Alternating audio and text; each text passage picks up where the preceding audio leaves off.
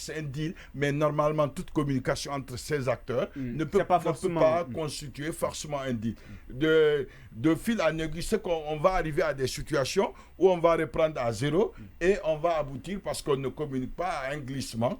Et après le glissement, c'est en ce moment qu'on se rendra compte que le CNRD ne maîtrise pas la situation. Bien. Non, il va terminer, voilà, on va gagner en temps. On a des sujets qu'on n'a pas touchés. Oui, allez-y. Aujourd'hui, on est en train de faire une confusion. Parce que déjà, il y a on est en train de faire une confusion. Allez, il y a un auditeur qui avait dit que ce n'est pas, parce que la question était là, est-ce que c'est une communication ou bien de l'intox? Il y a même un auditeur au moment qui avait dit, je crois que c'est de l'intox.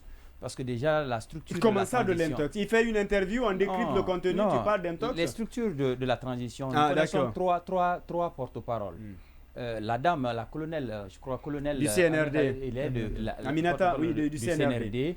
Amara Kamara est le porte-parole de la présidence de la République. Donc, si ce message venait de lui, je crois qu'on pourrait même faire un débat là-dessus. Mais ça vient du porte-parole du gouvernement, pas de la présidence. C'est aussi une voix autorisée. Non, attention, pas de la présidence de la République. Oui, mais c'est aussi une voix autorisée. Il avait fait, c'est quelqu'un qui a l'habitude de faire de ces sorties comme ça. Là. Il avait dit à un moment donné, la sortie du Conseil des ministres, que le président aurait dit qu'il ne fera pas même une seconde après les 24 mois. Et ça aussi, jusqu'à présent, on n'a pas dit, est-ce que réellement le président l'avait dit ou il ne l'a pas dit? On n'a pas encore... est-ce que le président l'a demandé? Ça n'a pas été démenti. Ça n'a pas été démenti, ça n'a pas été infirmé. Non. Il y a eu beaucoup de commentaires là-dessus. Clairement. Non. Est-ce que tu sais, s'il avait dit ces jours-là que le colonel Mamadi lui a dit qu'il allait aller au-delà des 24 mois, on allait peut-être le suspendre. Je disais, plusieurs choses ici à travers des actes. Cette communication-là, si ça venait du général Amara Kamara, là, sincèrement, ça vraiment... Ça doit nous inquiéter. Mais si ça vient de Ousmane Gawal et qui aurait même dit, on avait dit encore que personne, aucun membre du gouvernement ne sera, ni du CNRD, de cette transition-là, ne sera candidat à la présidentielle. Et aujourd'hui, il a dit officiellement dans certains médias qu'il tente à être même président d'une formation politique. Il l'a dit et pourtant il est dans le gouvernement. Donc il y a beaucoup d'incohérences dans la sortie de Ousmane Gawal. Je pense bien que il est en train de donner, Ousmane Gawal, là c'est un conseil, il est en train de donner raison à ces détracteurs qui disent qu'il serait une épine. Franchement, l'entorche pour cette transition. Pourquoi? Parce qu'au lieu de s'attaquer, l'évaluation qui vient de parler, au lieu de communiquer autour de ça, je pense qu'il communique peu. Parce que déjà, c'est qu'on Gallo est en train de dire. Si il a eu la bonne note, on ne sait pas où, parce que au niveau de son secteur, l'accès de la population à l'internet, la téléphonie mobile, il y a encore beaucoup de problèmes, et la Guinée Télécom, il y en a encore beaucoup de problèmes. On avait vu le baptême d'un membre influent du FNDC, certains ministres du gouvernement, de ce gouvernement-là, code avec les éléments, avec les gens de FNDC, on avait vu ça ici. Ah ouais, le problème, c'est ce que je dis, on n'est pas ennemi. La communication du président, si la communication du président de la transition avec un leader ou bien un citoyen guinéen se retrouve sur la place publique, c'est que c'est quelqu'un qui s'est avéré, qui s'est montré vraiment polémiste, qui ne fait que des polémiques. Et il y a un internaute qui dit ceci, Ousmane Gawal est en conflit avec la vérité. Non, c'est ça que je dis. D'accord. Parce que déjà, les évaluateurs du gouvernement, on avait vu certains commis de l'État, les anciens commis de l'État. Il y avait même certains ministres. Il y avait eu Justin Morel Junior, la dame Oumoun Kamara et tant d'autres qui étaient là. Je pense bien que quand on est président de la transition, on est président d'un chef d'État, franchement, ou bien président de la transition, on devient automatiquement père de la nation. On avait bien critiqué ça ici. On dit que le Mamadi Doumbouya doit avoir le dos large. Ouais. Il doit prendre tous ceux qui sont contre lui et tous ceux qui sont pour lui. On doit sortir aussi de ces qualificatifs de la nation. Non, on le dit. Bien, tous les qualificatifs qu'on donne actuellement aujourd'hui. D'accord. Donc, est-ce qu'on est en République? Je pense qu'on est en transition. Il faut un peu plus de légitimité pour ça. Ce que je veux dire par rapport mais à... Mais actuellement, on ça, l'appelle président de la République. Hein, on y va. Qui l'appelle comme ça? C'est ministre. On dit même... Attends, la démagogie a tué qui en Guinée? D'accord, on y va. Bon, bien, ça. Non, c'est la Guinée quand même président de la transition, conformément au texte. Mais je vous dis, je vous amène au président du CNRD, président de la transition, chef suprême des armées. La Guinée de colonel Mamadi Doumbouya. Ça se dit aujourd'hui. D'accord, on a compris. Oscar, on t'a bien compris. Non, c'est la Guinée de Sékou Touré jusqu'à présent. Ça se dit.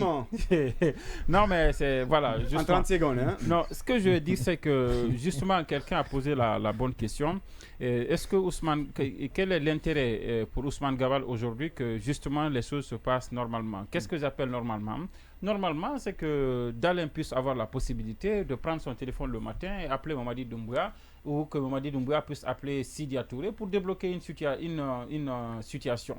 On a vu même Alpha Condé à des moments assez difficiles ici. Pour lui, accepter de... Il arrivait à dîner même avec ses d'inviter Selou, d'inviter Sidya et se rencontrer. Les médias en ont parlé. Pourquoi on pense que quand le président est en contact avec ceux qui sont supposés être ses adversaires, que cela n'est pas une bonne chose? Et moi, je me pose cette question. Maintenant, l'autre chose, c'est que, est-ce que Ousmane a voulu, parce que là aussi, ils le font souvent, chaque fois que la CEDEAO, ils sentent que la CEDEAO envisage de venir, on crée des petites situations, soit on convoque un dialogue, ou bien on fait des reportages qu'on passe à la télévision nationale. Est-ce qu'il a voulu faire passer le message selon lequel tout va bien en Guinée? Et en tout cas, le président, il est en contact avec ses adversaires. Est-ce que c'est ce message qu'il a voulu faire passer? Mais sinon, justement, ça dénote quand même de cette sorte de capharnaüm qui quand même règne au sommet de l'État. Sinon, ce qu'il dit n'est pas insensé. Il y a un porte-parole de la présidence. Et de telles choses concernant le chef de l'État, je pense que ce serait mieux que cela soit de la part du président que de la part du porte-parole de la présidence que celui du gouvernement. Je pense que là aussi, c'était bon de mentionner ça. Mais au-delà, si on laisse passer ça, c'est assez grave parce qu'on va vers des élections, justement. On va vers des élections. Et on sait ce que des mensonges nous ont coûté ici. Cette histoire d'eau empoisonnée en 2010. Si le système de Mamadi Doumbouya peut tolérer de tels infox, comment on peut se dormir bien quand on sait qu'on s'achemine, on va vers des élections présidentielles, législatives et que ces gens qui sont censés justement d'être les arbitres de ça sont capables de distiller des mensonges sur l'espace public de manière à manipuler l'opinion publique. Je pense que ça porte un préjudice sur... en tout cas, ça affecte un peu la crédibilité de nos acteurs. Et justement, moi, je suis d'accord que Ousmane Gawal n'est pas allé prendre un pot pour venir dire ça. Il a dû avoir un locutus pour pouvoir le dire. Et justement, ça ne fait pas sérieux. Et ça ne fait pas sérieux.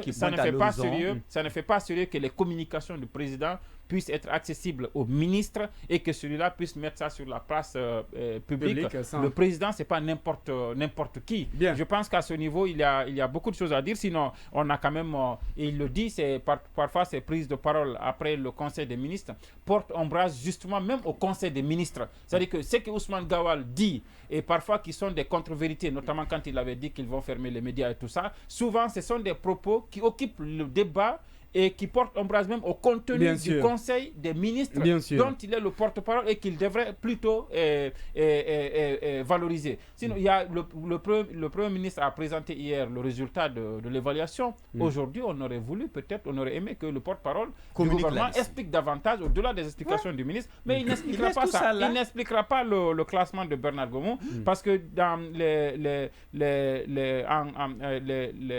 recommandations qui ont été faites, les remarques qui ont été faites, qui ont conduit à ce résultat catastrophique là, le Premier ministre s'il ne se retrouve même pas. Le Premier ministre a même indexé son secteur. Il a parlé des données administratives qui sont stockées dans des data centers disparates dont certains sont à l'étranger et ne communiquent pas entre elles. Donc ça, c'est par exemple quelque chose qui concerne le secteur directement de Ousmane Gawal. Et nous savons tous la tragédie qu'il y a en ce moment dans le secteur des télécoms.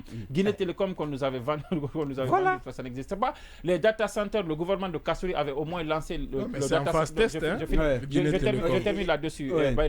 Ça peut être en phase test. Le test, ça peut prendre un siècle. Ce n'est pas un problème. Mais pour le moment, c'est que le Premier ministre dit ça, c'est le chef de gouvernement qui le dit. Les data centers, les gens avaient lancé ça ici. Ils avaient l'intention d'inaugurer ça en janvier 2022. On est au mois d'août 2023. La transition n'a pas été capable de finaliser ça. Et ça, c'est des éléments sur lesquels le porte-parole peut communiquer et rassurer les citoyens. Mais ce n'est pas aller débiter des choses sur des relations entre le président et ses adversaires de manière à jeter de l'huile sur le feu. Beaucoup de messages. Ousmane Gawal Diallo a dit sur un grand média ici qu'il a lui-même, en tant que ministre, fait un virement sur le compte de Joma, alors que cela était totalement faux. Ce monsieur fait des arrangements avec la vérité. C'est un internaute qui laisse ce message.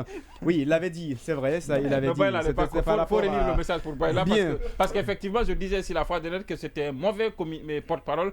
Et Baïla ici était opposé. Bonsoir, monsieur Keita. Voilà, bien sûr. J'espère que tu as compris la nuance. Je vais continuer avec les messages, si vous permettez. Mamadou Mohamed Bilo Diallo nous dit ceci. Bonsoir.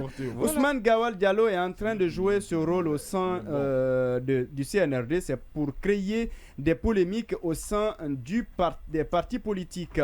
Mamadou Mohamed Bilo Diallo. Moi, je pense que Ousmane Gawal est en train de jouer son rôle au sein du CNRD. Il est là pour créer des polémiques. Ça, on a compris. Voilà. Kerno Mamadou Diallo, je crois qu'ils ont peur d'une éventuelle intervention militaire de la CEDEAO.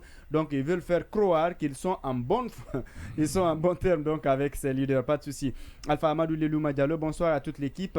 C'est Alpha Amadou Lelouma. Primo, je tiens à préciser que par moment, il y a des coupure à l'AB pendant cette émission.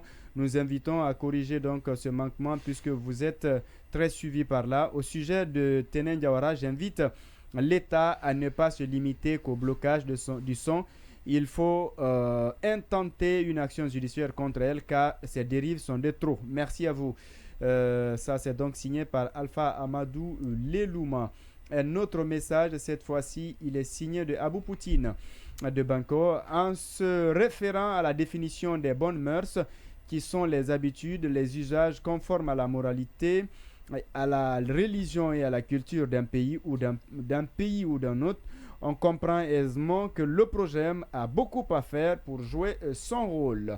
Abou Poutine, donc, qui nous a laissé ce message. Bonsoir, monsieur Keita, c'est Koulibaly, le démocrate.